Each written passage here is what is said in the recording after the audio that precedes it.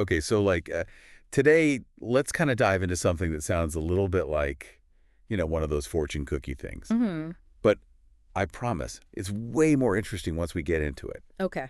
It's this idea of being tolerant with others, Mm. but strict with yourself. Right. Sounds kind of preachy, right? Yeah. Like something your parents would say. Yeah, definitely. But what if I told you it's actually rooted in this ancient Stoic philosophy Yeah. and that it's shockingly relevant to being a teenager right now?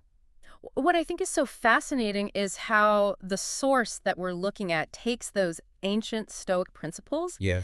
and really seamlessly blends them with the reality of what it means to be a teenager today. All right. It's not every day that you see, Marcus Aurelius mentioned Instagram. alongside Instagram envy. Seriously. True. And it kind of jumps right into this idea Mm. of you know, be tolerant with others, strict with yourself. Yeah. And I'll admit, my first thought was, okay, Dad, I get it. Right. But the more we unpack this, you see how powerful and actually how useful it is. Totally. And it gets at this really core part of Stoic thinking, right? Okay. The Stoics, even someone like, Marcus Aurelius, who ruled the Roman Empire, Wow. Yeah. they believed that true freedom and happiness really came from mastering yourself, your emotions, your reactions, kind of all of it. And that's that strict with yourself part. Right. But at the same time, they understood that you can't control other people. Which, let's be real, that's a recipe for some serious frustration right there. If you try to control other people. Oh, absolutely. I mean, who hasn't wanted to scream at someone for posting their perfect life on Instagram? Oh, When yeah. you're just trying to get through the day. Exactly. And the source actually uses that very example. Really? Yeah. Like Instagram and those seemingly perfect lives. It's so true. To illustrate this really, really key Stoic idea of interconnectedness, Okay. or sympathia, as they called it.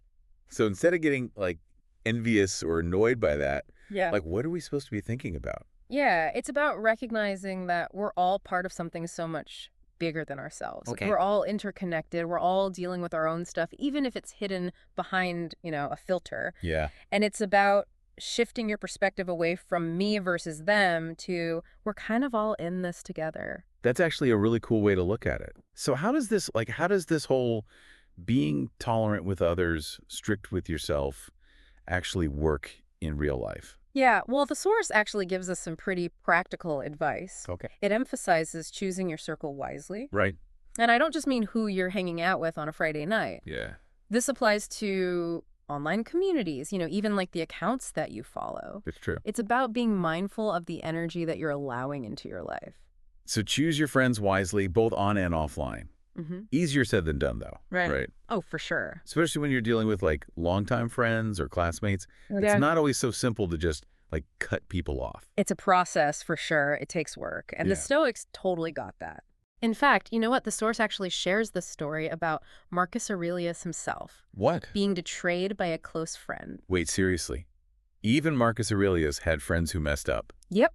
That makes me feel a tiny bit better about my own life. Right. It just highlights this reality that even the wisest, most powerful people Yeah, still had to deal with these challenges. it's true. It's just part of being human. Right. And honestly, I think that's what makes this source so relatable. Okay. It doesn't shy away from the messiness of relationships. Right. It acknowledges that people, ourselves included, we are flawed. Okay, so even emperors get betrayed. That's wild. Yeah. What was the takeaway, though? How did Marcus Aurelius deal with that? Forgiveness and acceptance. Forgive. Yeah, the source really emphasizes that we need to accept that people will make mistakes. They will hurt us, sometimes intentionally, sometimes not. Right. It doesn't mean that their actions are okay. Yeah. But holding on to that anger or resentment, it only ends up hurting us in the long run. So are we just supposed to let everyone off the hook?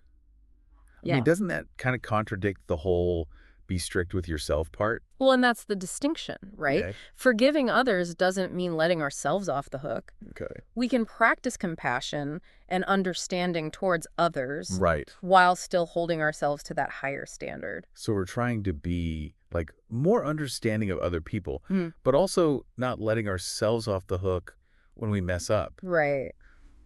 It's like walking a tightrope, Yeah, for sure. And that actually reminds me, this source talks about memento mori, Okay. which always seemed kind of intense to me, like something out of a horror movie, honestly. I get that. How does remembering death fit into all of this, Right, yeah. I mean, I think the idea of, like, remembering death can sound kind of jarring Yeah, when you think of it as, like, a guiding principle in your life. right.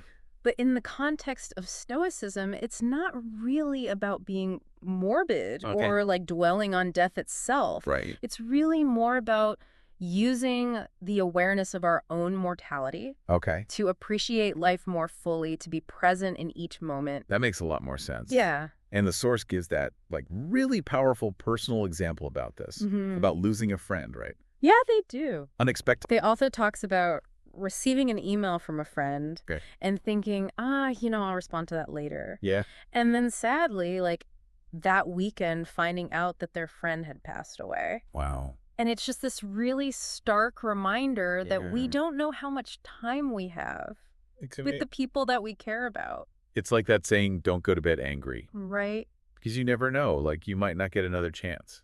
Exactly. And I love how the source contrasts that really heartbreaking anecdote Yeah. with just these simple everyday moments like Yeah. a text from a friend, dinner with your family, Right. the things that we often take for granted until they're gone. Totally. So it's not about dwelling on death, it's really about using that awareness Okay. to remind us how precious life is.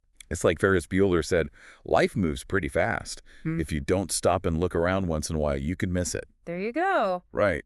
You see, even classic teen movies can be profoundly philosophical. Right. But yes, this whole idea of slowing down, appreciating the present moment, Yeah. that's such a core Stoic principle. Okay. But how does that connect back to this idea of being tolerant with others, strict with yourself? That's what I was thinking. Yeah. Like, what's the link? Well, I think it reminds us that our time and energy are best spent on things we can control. Yeah. We can't control how other people are going to act. Right. If they're going to hurt us, disappoint us, or even if they'll be there tomorrow.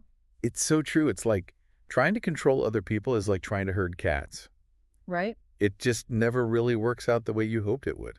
Yeah. So if we can't control other people, even the people that like we're closest to, Right. what can we actually Yeah. control? Ourselves, Thanks. our reactions, our choices, Mhm. our responses. And that's really where the source brings it home, Okay. Like connecting this back to self-discipline. Mm. It even uses the example of like being a team captain or a class president. Okay. Positions where you might think, oh, I have a lot of control over other people. Right. You'd think so. But in reality, you can encourage, you can guide, but you can't force anyone to do anything So true. that they don't want to do. It's so true. And the Stoics actually saw that as a good thing. Really? Yeah, because by focusing on what we can control, Okay. which is our own actions, our own character, Right. we discover that we have a way bigger impact than we realize. We inspire others not by trying to control them, Right. but by setting an example. It's like Gandhi said, be the change you want to see in the world. Exactly. Right. It's amazing how these ancient philosophies still resonate so much today. They do. And it all circles back to that, simple but powerful idea. Yeah. Focus on being the best version of yourself. It really is empowering when you think about it. Like, Yeah. in a world that can feel so chaotic and unpredictable, Mm-hmm. this idea that we actually have the power to choose our responses, Right. to choose how we treat other people, to choose who we want to be. Yeah. That's huge. It is. It's incredibly freeing. It is. This whole deep dive, exploring tolerance and self-discipline through this lens of Stoicism. Yeah. It really just reminds us that even when we're faced with challenges and difficult people, Mm. we still have this agency to choose our path.